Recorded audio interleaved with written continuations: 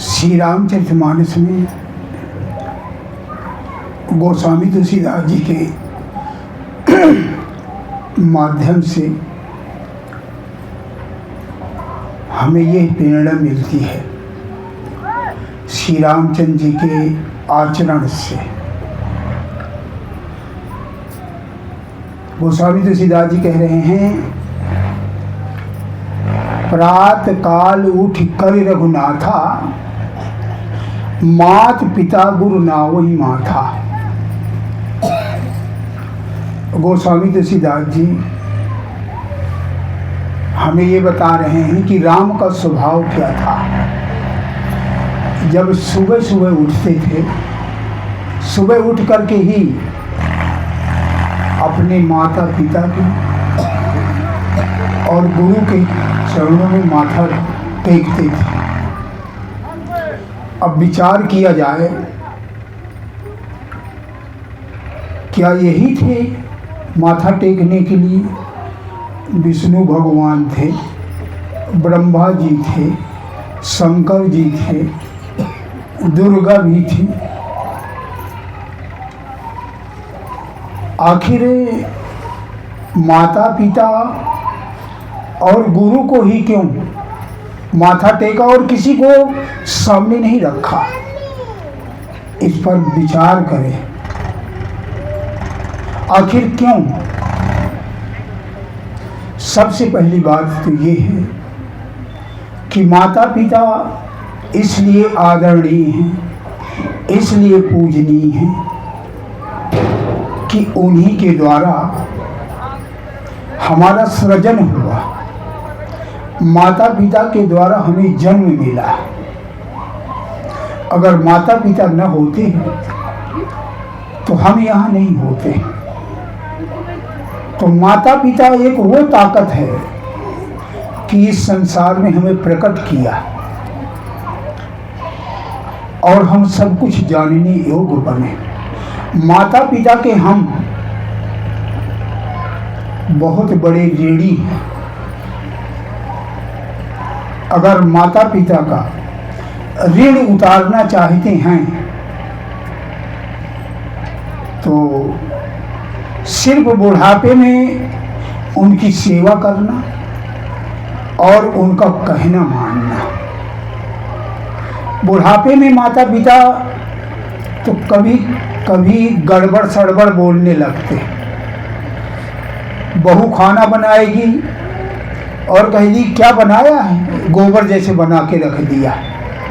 क्योंकि बुढ़ापे में जबान का टेस्ट सही नहीं रहता, तो उसे सही खाना भी अच्छा नहीं लगता, दांत से वो कूट नहीं पाता, इसलिए उसे नरम भोजन चाहिए। हर तरीके की दिक्कतें आ जाती बुढ़ापे में, तो वो अनाप शनाप बोलने लगती हैं, डांटने लगते हैं। कभी कभी तो यहाँ तक कह देती कि एकदम गोबर जैसे खाना बना दिया, अच्छा नहीं लग रहा। तो हमारे मन में विचार आता है कि कितना बढ़िया भोजन बनाया और ये कह रहा है गोबर जैसे खाना बना दिया। तो हमें माँ बाप के वचनों पर कभी ध्यान नहीं देना चाहिए। बहुत बड़ा ऋण है। अगर हम अपने माता पिता को अगर सिर्फ इतना कह दें, सिर्फ इतना कह दें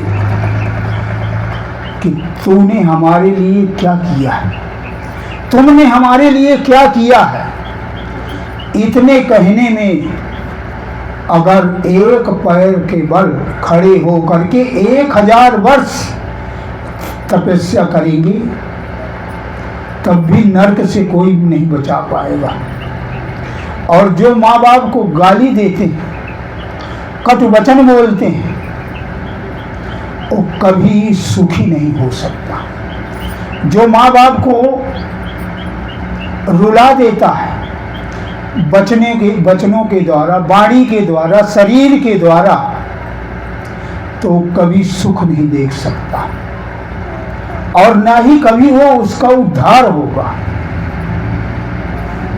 क्योंकि बहुत बड़ा ऋण है। विचार करें हम सब लोग, अब हम सब भूल गए जब हमारा जन्म होता है, हम छोटे से शिशु के रूप में होते हैं।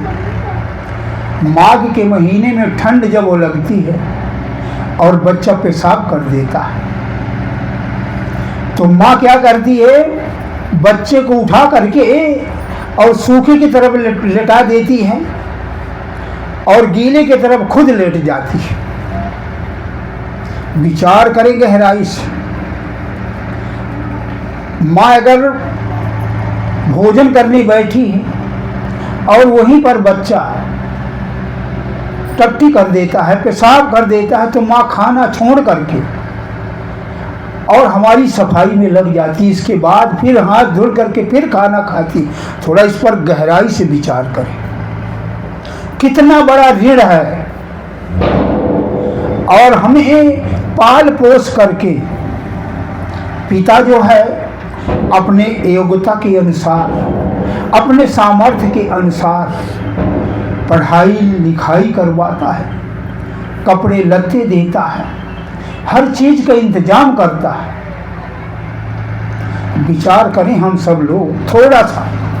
और जब हम जवान होते हैं तो माता पिता के लिए क्या सोचते हैं, क्या कह देते हैं। बहुत बड़ा ऋण है। इसका सिर्फ ऋण तभी उतरेगा कि माँ बाप को कभी कटु वचन न बोले, ऐसी वाणी न बोले, ऐसी वाणी न बोले कि उनका दिल दुख जाए।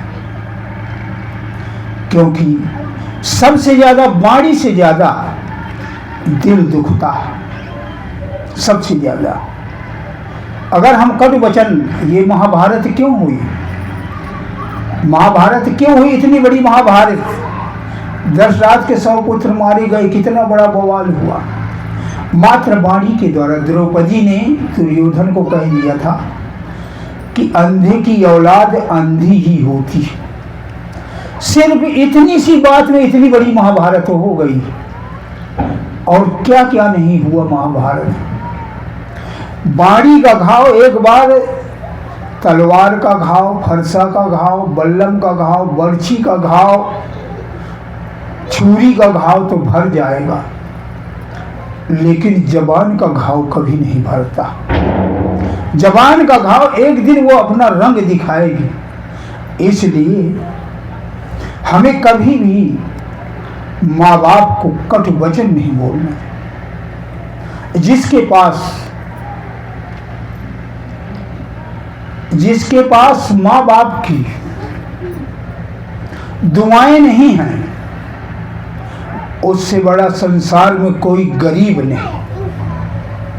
जिसके पास माँ बाप की, क्योंकि माँ बाप की दुआएं, और वो दुआएं ऐसे हृदय से निकलती हैं, ऐसे हृदय से निकलती हैं कि वो बिना हानि पहुंचाए, बिना तरक्की किए रुक नहीं सकती। एक बार मैं दिल्ली में मंगोलपुरी में था, एक जगह किसी के पास बैठे थे, बड़े बड़े लोग, सेठ लोग इकट्ठे थे, तो आपस में बातचीत कर रहे थे। मैं भी वहीं बैठा था। तो एक आदमी कहने लगा, भाई मेरा ये कितना भी ये कारोबार कभी अगर नष्ट भी हो गया तो मेरे माँ बाप की ऐसी दुआएं हैं, ऐसी दुआएं हैं, ऐसा आशीर्वाद है कि मैं फुटपाथ में भी बैठ करके चमकूंगा, क्योंकि मैंने अपने माँ बाप को कभी दिल नहीं दुखाया। अपने माँ बाप के हृदय से दुआएं ले रखी है। तो कहने का भाव हम बहुत बड़ी ऋणी है। और गुरु से, मात पिता गुरु ना वही माता। गुरु तो वो ताकत है, गुरु के लिए कह दिया है, गुरु वो चीज है, गुरु के लिए कह दिया है। यह तन विष की बेलरी, गुर अमृत की खान, और शीश दिए जो गुरु मिले तो भी सस्ता जान। कहते हैं अगर कहीं पूरे गुरु की शरण मिल जाए और सर कलम कर देने से भी अगर गुरु की शरण मिल जाए तो ये समझ लेना कि बहुत सस्ता है, बहुत सस्ता है। गुरु वो चीज है, माँ बाप तो जन्म देते हैं और उस जन्म के मनुष्य का जन्म पा करके हमें ज्ञान होता है, लेकिन गुरु हमें वो दृष्टि देता है कि वो जन्म मरण ही खत्म कर देता है, सारे दुखों से छुटकारा दिला देता है। इसलिए भगवान रामचंद्र जी और किसी को सामने नहीं रखा, शंकर को, ब्रह्मा को, विष्णु को, दुर्गा को, किसी को सामने नहीं रखा। माता पिता और गुरु को प्रातः काल उठ कर रखना था, अब मात पिता गुरु नाउ ही माथा। लेकिन कभी कभी कोई भी माँ बाप का बच्चा थोड़ा सा तरक्की कर लिया, थोड़ा सा पढ़ लिख करके, जबकि माँ बाप की ही प्रेरणा है जो इतना सब बुद्धिमान हुआ, थोड़ा सा पढ़ लिख करके थोड़ी सी तरक्की किया या समाज में मान सम्मान उसे मिल गया तो उसके अंदर अहंकार आ जाता है, अहंकार आ जाता है और माँ बाप को अब शब्द बोलता है, अब शब्द बोलता है। और जब बुढ़ापा आ गया, काम नहीं हो सकता, तो कभी कभी बुढ़ापे में मन करता है कुछ खाने पीने को, खाने पीने को जब मन करता है तो वो कुछ इशारा करता है, बेटा आज मेरा तरबूज खाने का मन है, बेटा आज मेरा ककड़ी खीरा खाने का मन है, दही खाने का मन है, दूध खाने का मन है। तो आज वही माँ बाप के बच्चे ठोकर मारते हैं और दुत्कारते हैं, तूने अपने जीवन में क्या किया है, हमारे लिए क्या किया है। सबसे बड़ी बात तो ये, कुछ नहीं किया, लेकिन माँ बाप के द्वारा आखिर हमें जन्म तो मिला है ना, जो आज हमें ये सब चीज की जानकारी हो रही, बहुत बड़ा ऋण है, बहुत बड़ा ऋण है।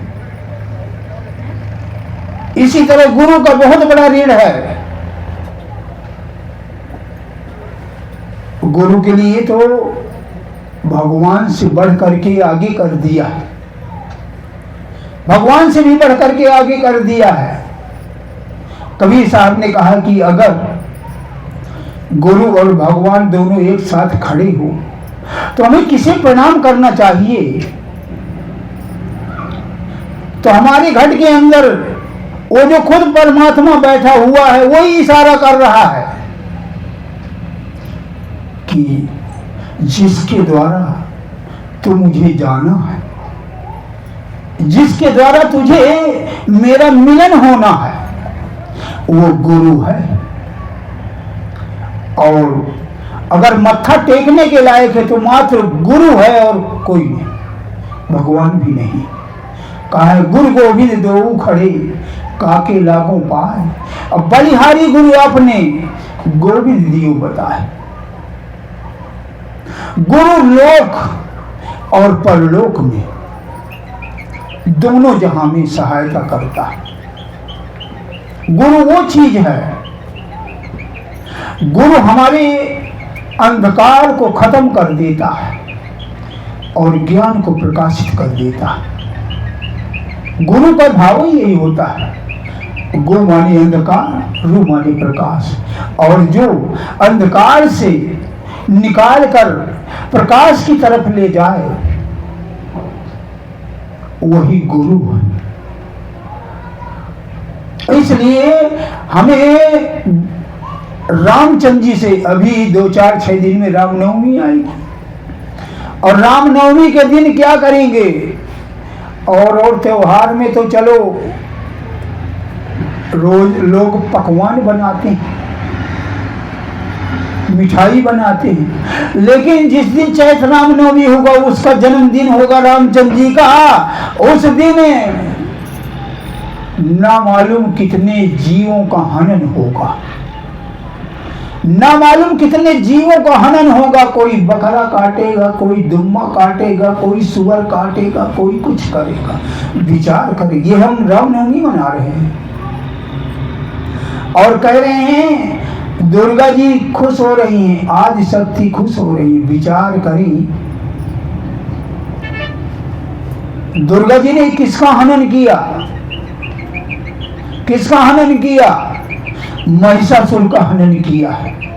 क्यों हनन किया? कि महिषासुर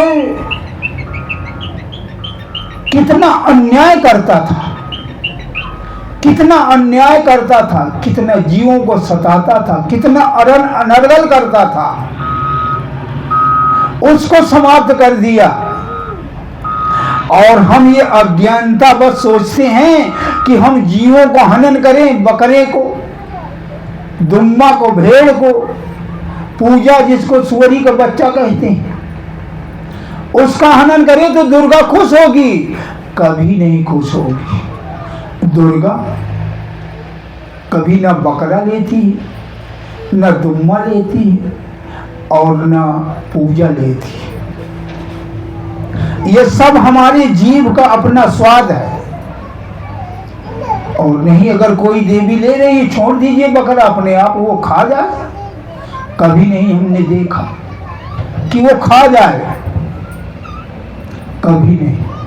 और इतना डर समाया हुआ है, इतना डर समाया हुआ है कि अगर हम बकरा नहीं काटेंगे, पूजा नहीं काटेंगे, भेड़ नहीं काटेंगे, तो ना मालूम क्या हो जाए।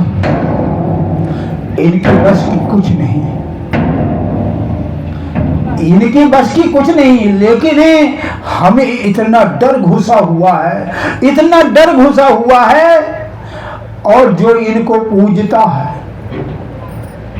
जिस घर में नवतिया होगा, ओझा होगा, पंडा होगा, बगल वाले को डरवा के रखेगा। जरा से भी कुछ थोड़ी सी बात हो गई तो कहेगा पुका दूंगा, खून की उल्टी करा दूंगा।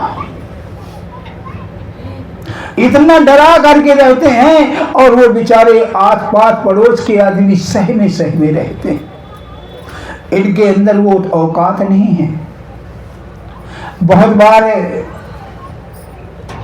मेरे मन में आता है, एक बार क्या हुआ है, एक आदमी के यहाँ कहा यार चैत्र रामनवमी वाले दिन सत्संग हो जाए। तो भाई वो कहने लगा अरे भाई उस दिन नहीं, वहाँ तो 2-3 बजे से तो इतना लोग बकरा काटते हैं, इतना लोग बकरा काटते हैं कि किसी को होश ही नहीं रहेगा। सत्संग फत्संग कौन सुनेगा। अब देखिए वो रामनवमी, अब रामनवमी मना रहे हैं, किसका जन्मदिन मना रहे हैं? भगवान रामचंद्र जी का। और उस दिन और त्योहारों में तो बढ़िया बढ़िया पकवान खा रहे हैं, लेकिन नवमी वाले दिन कहते हैं बकरा कटा है, लाओ सिन्नी ले जाओ, सिन्नी ले जाओ, सिन्नी ले जाओ। इतना इतना मांस बांटेंगे और कहेंगे सिन्नी ले जाओ, सिन्नी ले जाओ, मांस का प्रसाद बना देंगे। थोड़ा विचार करें हम सब लोग, अगर बकरा काटना, सुअर को काटना, भेड़ को काटना, अगर ये पुण्य है तो फिर पाप क्या है? अगर जीव हत्या ही पुण्य हो गया तो पाप क्या? विचार करें हम सब। आज दुनिया अज्ञानता बस जो न करने को वो कर रही है। और इसी बात पर कभी कभी तो बाप बेटे पे लड़ाई हो जाती है। वो कहता है मुझे बकरा काटना है, बाप कहता है नहीं काटना है, और लड़ाई हो जाती है, माँ बाप का कहने नहीं मानते और वो ले आकर के कर्जा ले करके और बकरा काट देते हैं।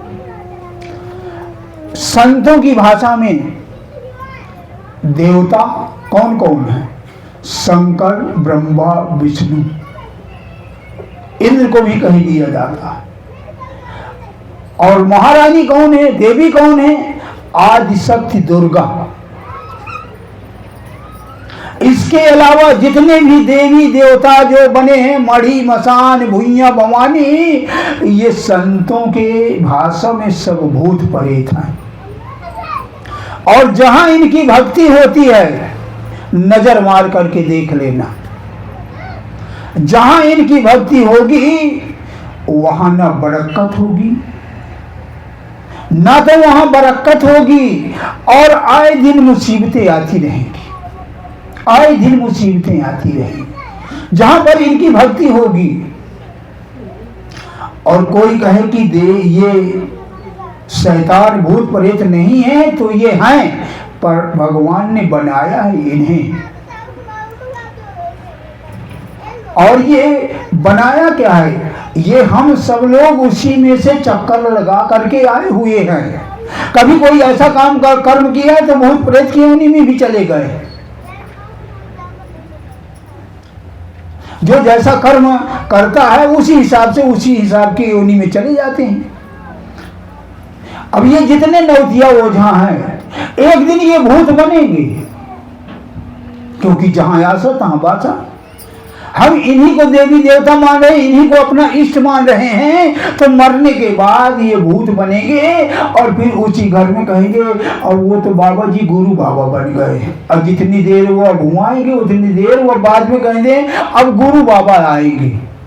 और अगर वो चिलिम पीता है, बीड़ी पीता है, दारू पीता है, तो वहाँ जितना ढोल मंजीरा लिए वो बैठे हैं, अब गुरु बाबा आ गए हैं। अरे बड़ा बीड़ी पीता था तो बीड़ी सुलगा के दे देंगे, बड़ा गांजा पीता था तो पूरी तैयारी में रहेंगे, गांजा पीता था तो गांजा बना के दे देंगे। अगर वो दारू पीता रहा है तो दारू का पैक बना करके दे देंगे जितनी देर वो सवार होगा किसी के ऊपर, क्योंकि गुरु बाबा बन गया। बना भूत है और कह देते हैं गुरु बाबा बन गए। तो जो जैसे जिसकी पूजा करता है वो वहीं पर चला जाता है। और अक्सर जितना नवधिया ओझा है उसे प्रेत योनि में जाना ही जाना है, शैतान की योनि में जाना ही जाना है। इसलिए महापुरुष हमें चेतावनी देते हैं कि अगर इनकी पूजा करोगे, इनकी पूजा करोगे तो यहीं जाओगे जहां ये हैं, क्योंकि जो जहां के लायक हो वहीं चला जाता है। जो जहां आशा तहां बासा।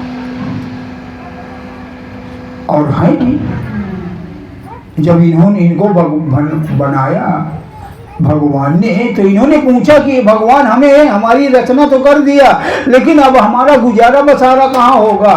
तो भगवान ने कहा है जहां हमारी भक्ति नहीं होगी, जहां हमारा ध्यान भजन नहीं होगा, वहीं जाकर के निवास करना, और वहीं तुम्हारी पूर्ति होगी, और तुम भी नरक जाना, उनको भी ले जाना जो कोई पूजे तुमको। कहा इन्हें भूतों ने कहा है, भूत कहे भगवान से हमहु का कछ देव। तो भगवान ने कहा जो हमको मानत नहीं थी नहीं से तुम ले। भगवान ने खुद कह दिया कि जहां पर हमारी पूजा नहीं हो रही, जहां पर हमारा ध्यान भजन नहीं हो रहा, जहां सत्संग नहीं हो रहा, वहीं जाकर के अड्डा जमा लीजिए। तो इनकी अब ये नवरात्र चल रहे हैं, हमें करना क्या चाहिए था और कर क्या रहे हैं? हमें करना क्या चाहिए? आज कल सुबह से नवरात्र लगी है, जो किसी ने भी कभी नहीं नहलाया होगा वो भी जाकर के नहा धो करके और कहेगा जाओ वो भैरव बाबा में जल चढ़ाया हो, फलानी मैया में चढ़ाया हो, मरही में, तिरही में, और जो है वहां जल चढ़ा के आओ। मिलना कुछ नहीं। वास्तविक भक्ति हमें भगवान राम से प्रेरणा लेना चाहिए। भगवान ने क्या कहा है? सबरी से कह रहे हैं नवधा भक्ति, जब नवधा भक्ति का उपदेश देने जा रहे हैं, सबरी से कह रहे हैं, कहे भगवत सुन भामिन माता बाता मानव एक भगत कर नाता। यानी प्रेम का नाता, बस मैं सिर्फ प्रेम का नाता मानता हूं। और आज हम नवरात्र में प्रेम के बजाय जीवों का हनन कर रहे हैं। प्रेम का नाता, और इस प्रेम को सभी ने स्वीकार किया, सब धर्मों के महापुरुषों ने। ये नहीं कि हिंदू धर्म में सिर्फ प्रेम, और एक जगह कहे राम ही केवल प्रेम प्यारा और जान ले उसो जान निहारा। सिर्फ प्रेम प्यारा है। इसी बात को इस्लाम धर्म में भी कहा है। मुसलमान फकीरों ने कहा कि खुदा क्या कहता है, खुदा क्या कहता है? खुदा कहता है तेरी नमाज उमाज से मुझे कोई मतलब नहीं, तो जो 5 टाइम की नमाज पढ़ करके नाटक कर रहा है इससे मुझे कोई मतलब नहीं है। कुरान पढ़ने से तुझे मुझे कोई मतलब नहीं है। हज करने से तुझे मुझे कोई मतलब नहीं है। मुझे तो सिर्फ मोहब्बत चाहिए, मोहब्बत, सिर्फ मोहब्बत, और मोहब्बत ही मेरी इबादत है। निरोल प्रेम, निरोल प्रेम, कपट वाला प्रेम नहीं, छल वाला प्रेम नहीं, काम वाला प्रेम नहीं, स्वार्थ वाला प्रेम नहीं। सिर्फ कौन सा प्रेम? निर्मल मन जन सो मोहि पावा, और मोहि कपट छल छिद न भावा। प्रेम, मोहब्बत।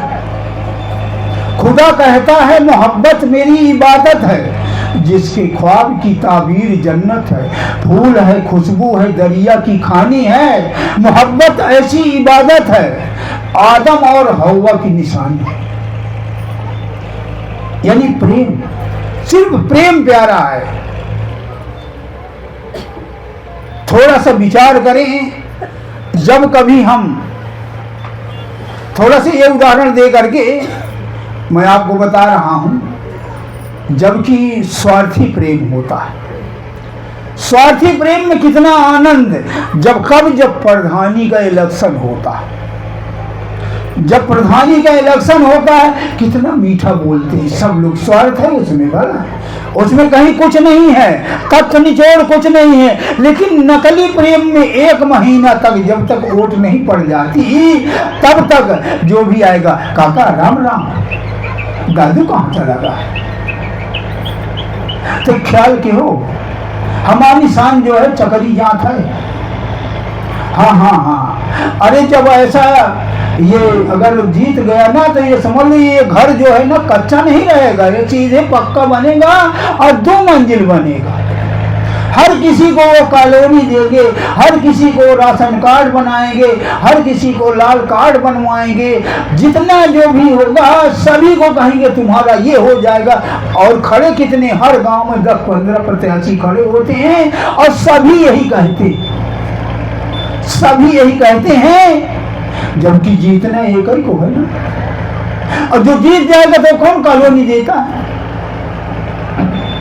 लेकिन विचार कीजिए, वो 1 महीना इतना अच्छा लगता है, इतना, क्योंकि जो भी आता है, जो प्रत्याशी खड़े होते हैं उनकी तो बात छोड़ो, अरे जो उनको सबसे ज्यादा नशा हो जाता है वोटर वालों को, वो कहेंगे यार किसको दिया जाए, किसको दिया जाए, किसको दिया जाए, किसको चुना जाए।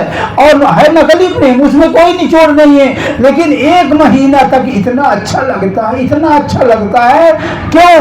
नकली प्रेम में जब इतना अच्छा लगता है, नकली प्रेम में जब इतना अच्छा लगता है, तो जब असली वाला प्रेम होगा, विचार करें। सीधे सीधे कह दिया है गुरबाणी में, जिन प्रेम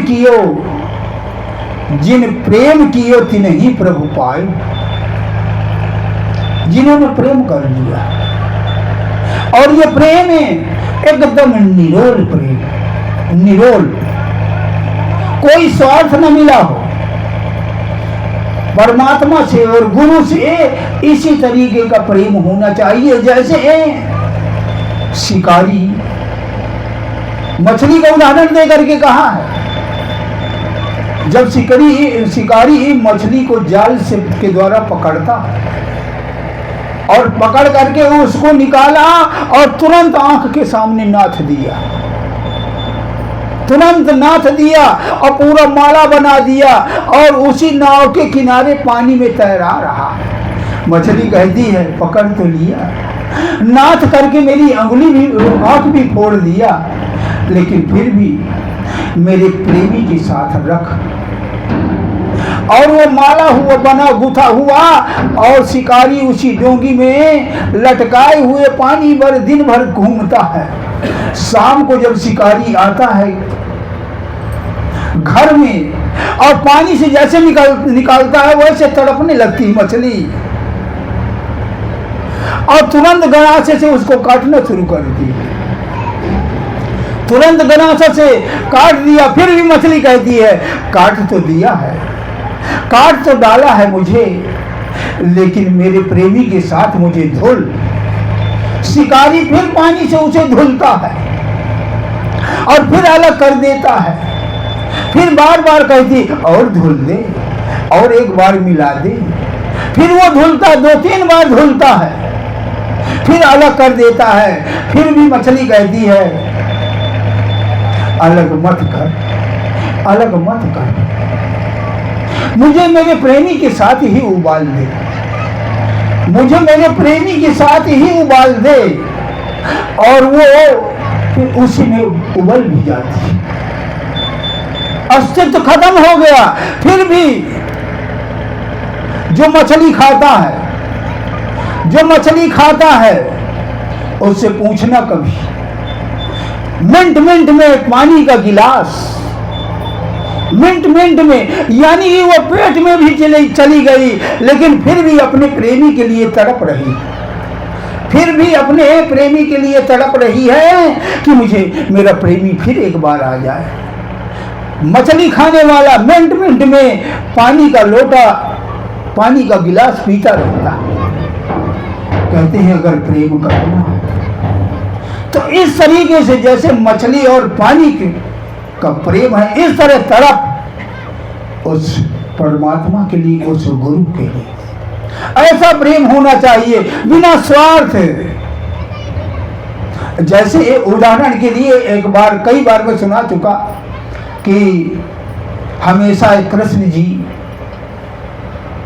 राधा का नाम लेते थे, हमेशा राधा का नाम लेते, राधा राधा। एक बार उद्धव जी कहने लगे आप ये बताओ क्या रुक्मिणी तुम्हारी कोई नहीं? तो कृष्ण जी चुप हो गए। 4-6 दिन के बाद जो है कृष्ण जी अचानक कहने लगे रे उद्धव मेरे पेट में दर्द हो रहा है, उद्धव मेरे पेट में दर्द हो रहा है, कोई दवा लाओ। उद्धव ने कहा वैद्य बुलाए, डॉक्टर बुलाए, हकीम बुलाए। कहीं नहीं, इससे नहीं ठीक होगा। किससे ठीक होगा? कहते हैं कोई अगर अपने चरणों को धुल करके और चरना अमृत दे दे तो मेरे पेट का दर्द ठीक हो जाएगा। अब उद्धव जी सगले हाथ घूमने लगे, सब जगह घूमने लगे, सबसे मांगने लगे। तो सभी लोग कहने लगे अरे इतना बड़ा घनघोर पाप हम नहीं करेंगे, अपने पैर को धुल करके और भगवान को देंगे तो हमें क्या नरक में जाना है क्या? उद्धव जी रुक्मिणी के पास चले गए। रुक्मिणी से कहा कृष्ण जी के पेट में दर्द है, अगर आप चरना अमृत बना के दे दे तो उनका पेट ठीक हो जाएगा। रुक्मिणी ने जवाब दे दिया, कहने लगे देखिए मुझे नरकों की आग में नहीं जलना, मैं चरना अमृत नहीं दूंगी, मुझे इतना पाप मुझे नहीं करना, मैं नहीं दे पाऊंगा। उन्होंने नहीं जब दिया तो उद्धव जी राधा के पास चले गए। अब जब राधा के पास गए तो राधा से कहा, उद्धव राधा के पास गए। उद्धव ने कहा राधा जी कृष्ण के पेट में दर्द हो रहा है और वो ठीक होगा अगर कोई चरणामृत दे दे। तो राधा ने कहा अरे लाओ जल्दी, गिलास में पानी लाओ, थाली लाओ और मैं अभी चरण धुल करके चरणामृत बना कर दे रही हूँ। और तुरंत लेकर के एक गिलास पकड़ा दिया। और जब गिलास पकड़ा दिया तो उद्धव जी कहने लगे राधा ये तो बताओ तुझे जरा सा भी डर नहीं है कि तू ये क्या कर रही है? जरा सा भी डर नहीं है कि ये तू क्या कर रही है? चरणामृत भगवान को दे रही है। तो राधा ने कहा मुझे इस बात की परवाह नहीं, मैं बेअंत जन्मों तक नरकों की आग में जलती रहूं तो मुझे कोई परवाह नहीं है, लेकिन मेरे चरणामृत से अगर मेरे प्रेमी का पेट दर्द ठीक हो जाएगा तो मुझे यही बड़ी खुशी है। मुझे ये चीज की चिंता नहीं कि नरकों में जाऊंगी, बेअंत जन्मों तक पड़ी रहूंगी तब भी मुझे कोई चिंता नहीं।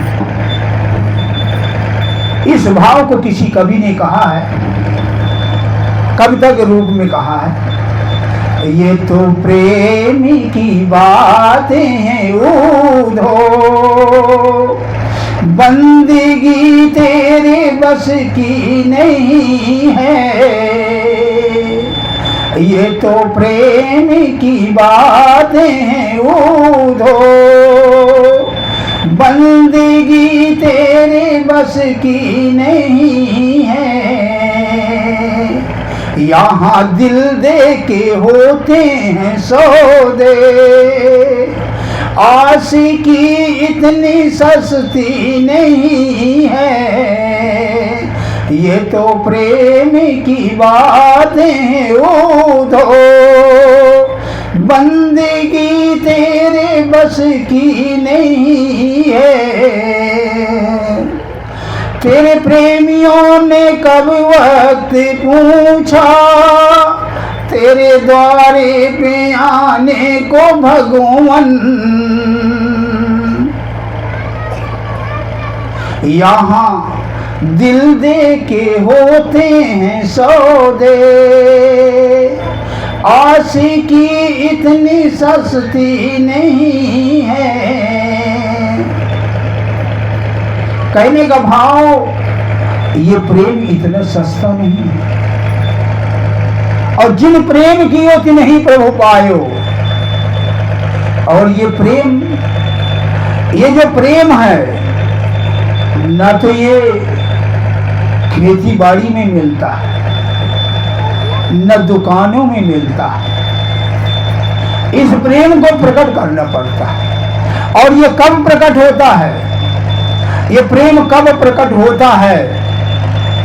जब हम निमाना हो जाते हैं, जब हमारे अंदर का अहंकार खत्म हो जाता है, तब जा करके ये प्रेम प्रकट होता है। ये प्रेम इतना सस्ता नहीं है, और ना ये कहीं बाजार में मिलता है, ना कहीं ये खेत में मिलता है।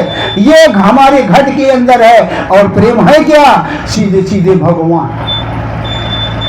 गुरबानी में कहा, बाइबिल में कहा लव इज गॉड, यानी प्रेम ही परमात्मा है हो बस। और ये प्रेम कब प्रकट होगा? कब प्रकट होगा?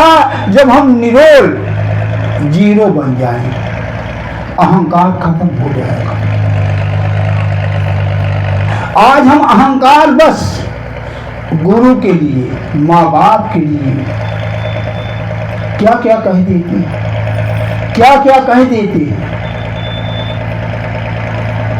अगर हम माँ बाप की कद्र न किया, माँ बाप की पूजा न किया, माँ बाप का हुक्म न माना, माँ बाप की सेवा न किया, तो हमें नरकों की आग से कोई नहीं बचाने वाला, कोई नहीं बचाने वाला। कभी कभी पुत्र जो है सुपुत्र न बन के कुपुत्र बन जाता, और कभी कभी शिष्य भी है, गुरु का शिष्य, शिष्य न बन करके अशिष्य बन जाता है। अशिष्य जब बन जाता है और अहंकार बस गुरु को उल जलूल बोलने लगता है, और जैसे ही उल जलूल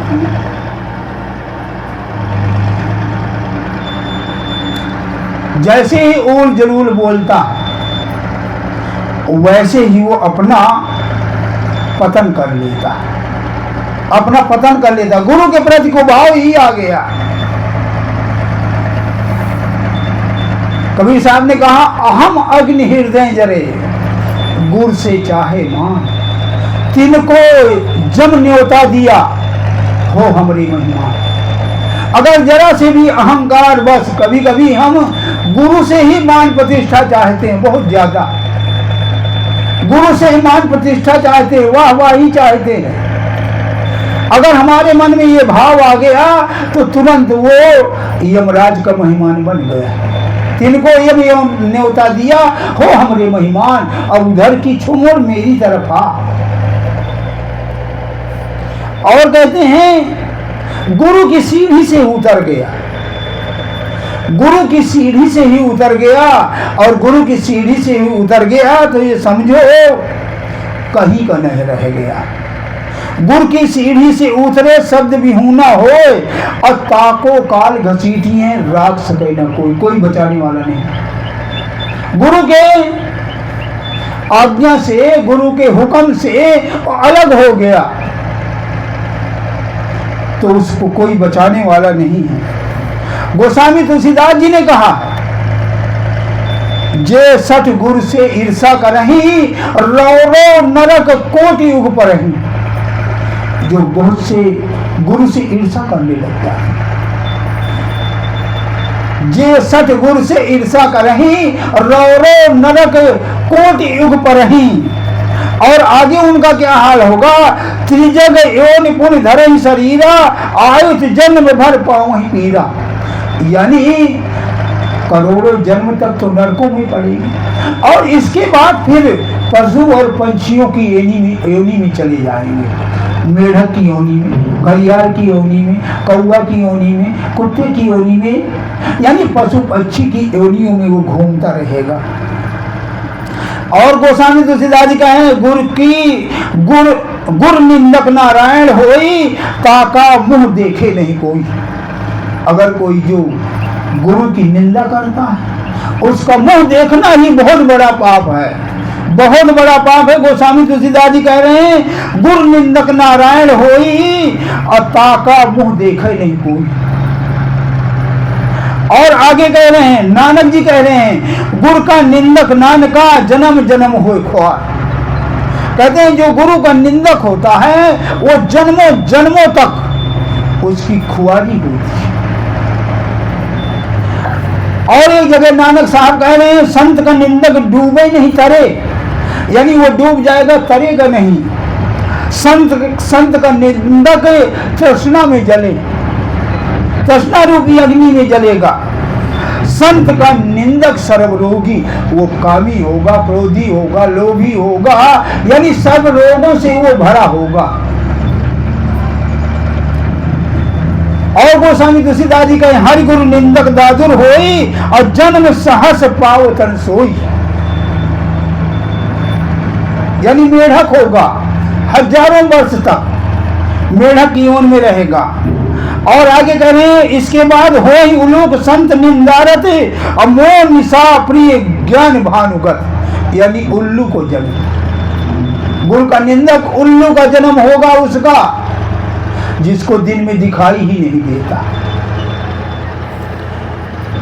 और कह रहे हैं, संतों की निंदा, संत की निंदा सुने जो काना, पाप होत गौ घास। संतों की निंदा सुनना ही पाप, गौ के घात, गौ के पाप करने के जैसे, सुनने से, करने की तो बात छोड़िए। गुरुद्रोही तुलसी साहब कह रहे हैं, हाथरस वाले तुलसी साहब कह रहे हैं, गुरुद्रोही मम दास कहावे, सो नर मुहि सपने नहीं भावे। गुरु के द्रोह क्यों? एक बार भगवान रूठ जाए, एक बार भगवान रूठ जाए तो गुरु बचा लेगा, लेकिन अगर गुरु रूठ जाए तो फिर कोई बचाने वाला नहीं, कोई बचाने वाला। गुरु अगर रूठ गया फिर कोई बचाने वाला नहीं है। क्योंकि कबीर साहब कह रहे हैं, कबीरा हर के रूठते गुरु के सरने जाए, और कहे कबीर गुरु रूठते हरि नहीं हो सहाय। अगर रूठ जाए तो परमात्मा की ताकत नहीं है कि उसे कोई बचा ले। और कह रहे हैं, कबीर तेनर अंध है गुरु को कहते, और हर रूठे तो ठौर है, गुरु रूठे नहीं ठोर।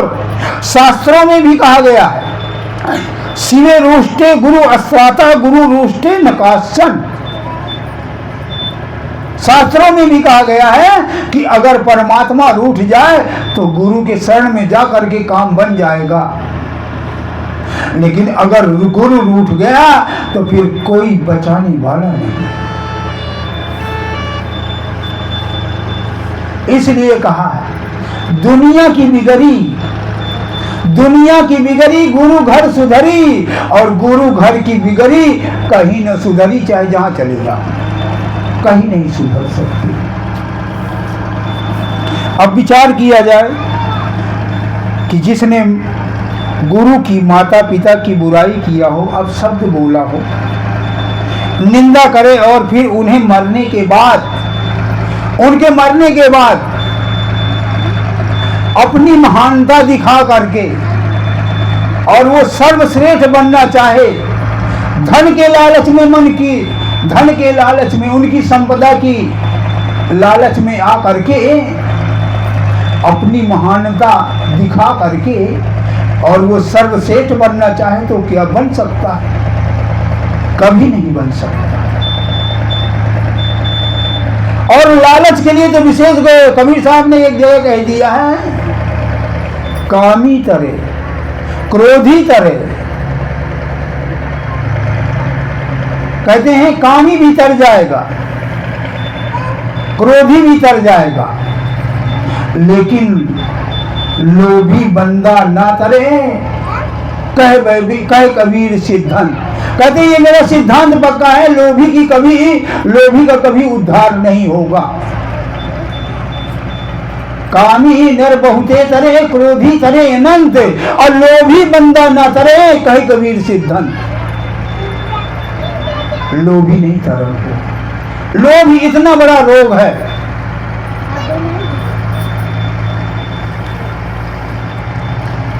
लेकिन आजकल हो क्या रहा है, इन्हीं लोगों के पीछे लोग लगे हुए हैं। कबीर साहब कह रहे हैं, कबीर कलयुग आ गया, संत न पूजे को, कामी क्रोधी लालची इनकी पूजा हो। आजकल इनकी पूजा हो रही है। और गोस्वामी तुलसीदास जी भी कह रहे हैं, मिथ्या रंभ दम्भ रति जोई, ताको संत कहे सब कोई। जहां बहुत भीड़ होगी, जहां बहुत अनाप शनाप अनर्गल सब कुछ हो रहा है, उन्हीं को लोग संत कहते हैं।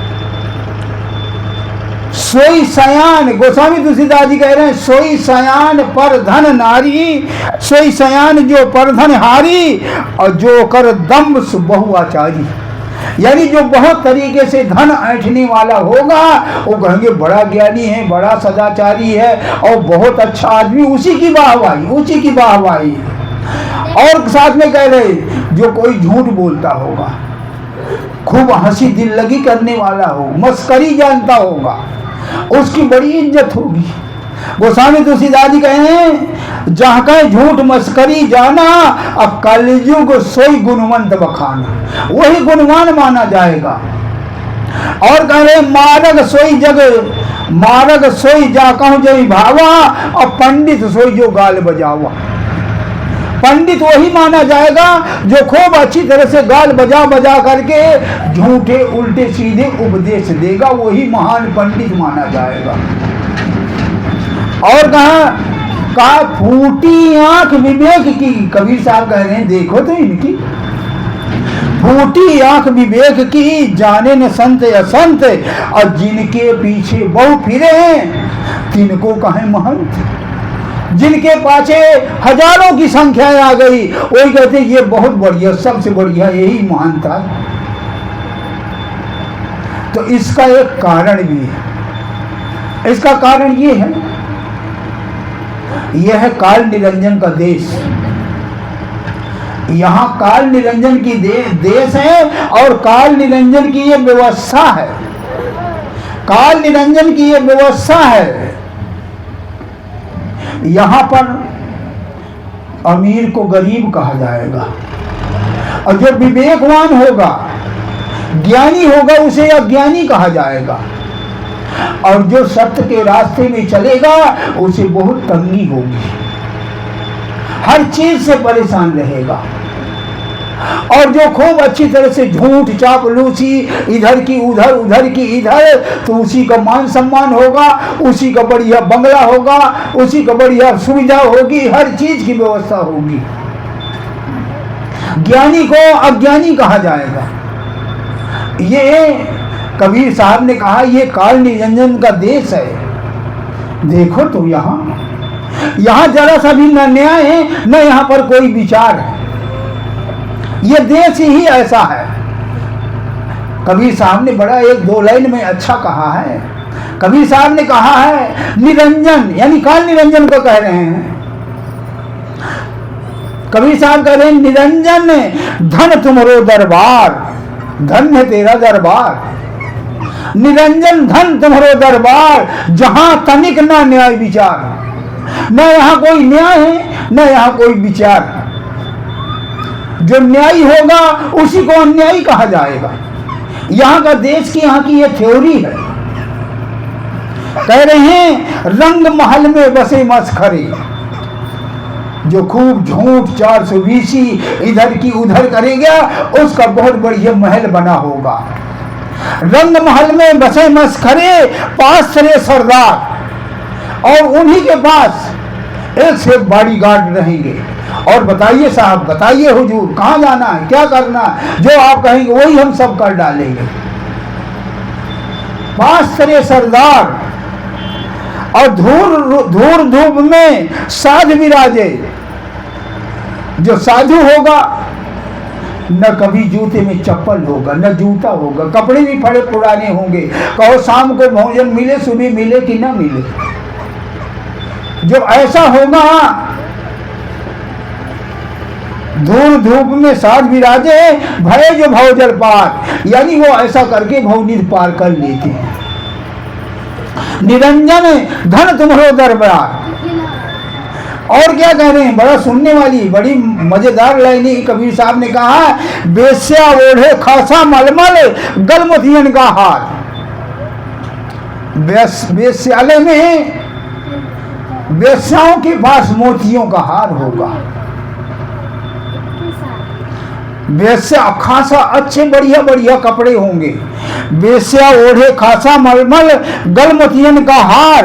अब पतिव्रता को मिले न खागी, सूखा निसहार।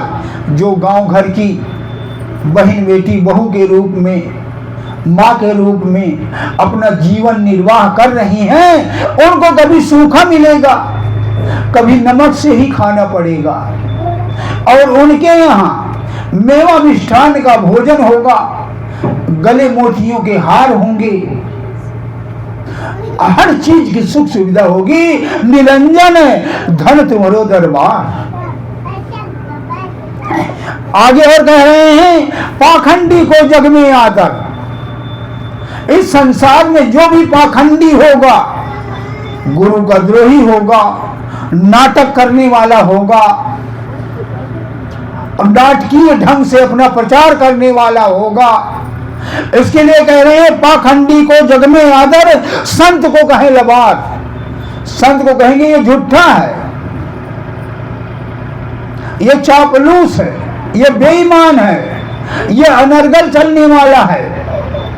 पाखंडी को जग में आदर, संत को कहे लबार। अज्ञानी को परम विवेकी, अज्ञानी को परम विवेकी, ज्ञानी को मूढ़ गंवार।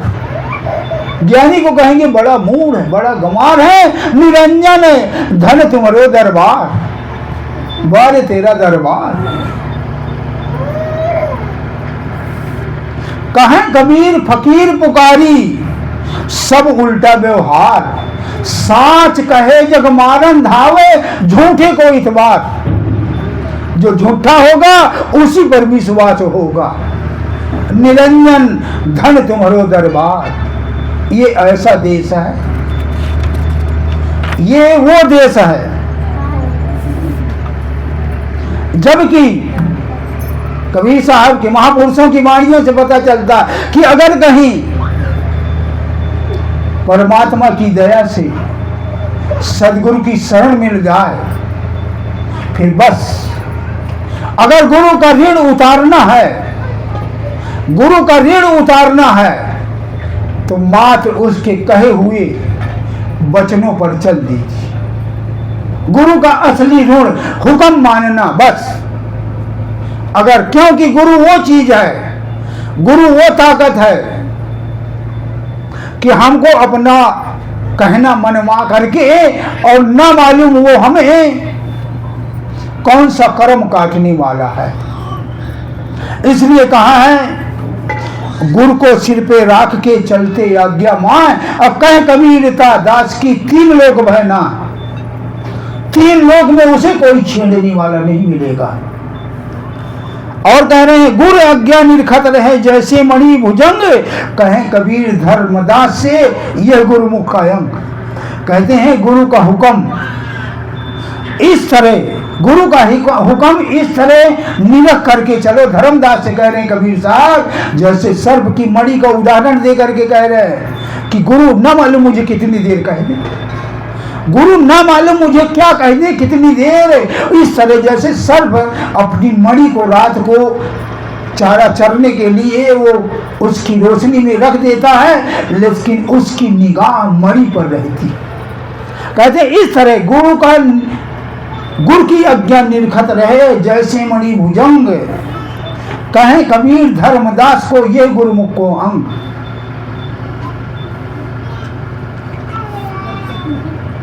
और एक जगह कहें, सदगुरु शब्द उल्लंघ कर जो से वो कहीं जाए, जहां जाए तहां काल है, कहें कबीर समझाए।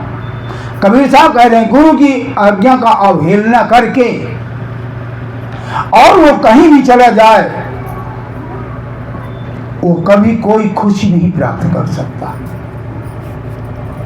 और कह रहे हैं, जो गुरु कहे मान सब लीजिए, सत्य या सत्य विचार न कीजिए।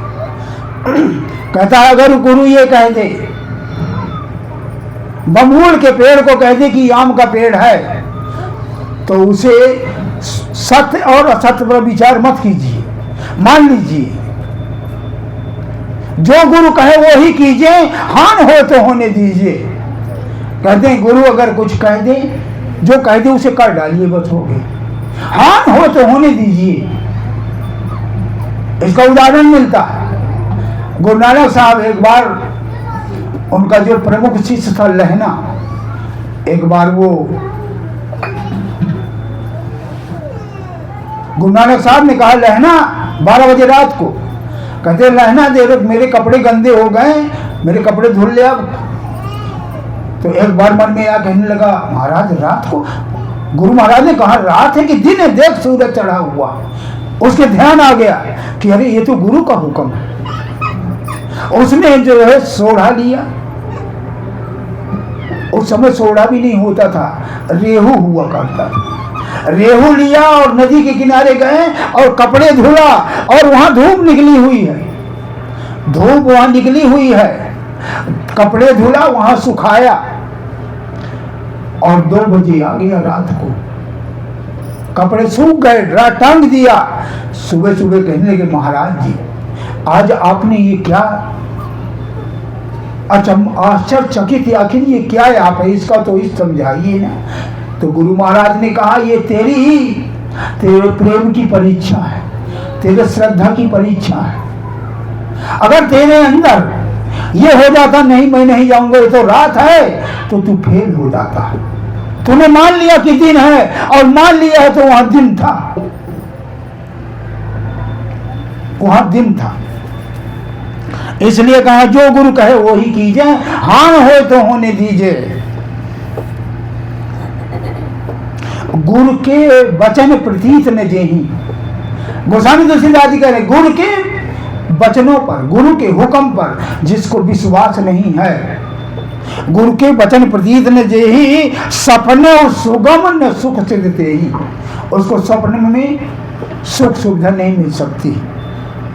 गुरु आज्ञा माने नहीं चले अटपटी चाल, गुरु आज्ञा माने नहीं चले अटपटी चाल, लोक वेद दोनों गए आए सिर पर काल। और कह रहे हैं, सतगुरु कहे, देखिए मेन बात यहां कबीर साहब कह रहे हैं, सतगुरु कहे सो शिष्य करे, सब सिद्ध कारज हो। सतगुरु कहे सुशिष्य करे, सब सिद्ध कारज होए, अमर अभय पद पाइए। काल न झांके कोई, उसके पास कभी काल नहीं आएगा, कभी उसके पास उनके दूत नहीं आएंगे। और साथ में कह रहे उल्टे सुलटे वचन को कभी न माने दुख, उल्टे सुलटे वचन को कभी न माने दुख, कबीर उसको जानिए पूरा का पूरा गुरुमुख। क्योंकि कभी कभी गुरु उल्टे सुलटे वचन भी बोलता, कभी डांटता भी, कभी फटकारता भी, उसका कोई कारण, उसकी कोई वजह है ना मालूम। हमें डांट फटकार करके, हमें अपना हुक्म मनवा करके, ना मालूम कौन सा वो हमारा कर्म काटने जा रहा है। इसलिए कहते हैं अगर गुरु के वचनों को कभी उल्टा सुल्टा भी बोझ दें तो कभी दुख नहीं मानना चाहिए। अगर जो दुख नहीं मानता है वही पूरा गुरुमुख है। गुरबाणी में भी कहा है, हुक्म मानिए ता होवे परमान, ता दर गए खसमय का महल पाइसी। हुक्म मानिए, जो हुक्म गुरु का हुक्म मानता है वो परमात्मा की दरगाह में उसके लिए पहले से ही उसके लिए कमरा बुक हो गया। तो मैं अब अपनी बात से इसी तरह समाप्त करूँगा और सब लोग जो है लंगर चक करके जाए, जल्दी से जो है लंगर की व्यवस्था की जाए।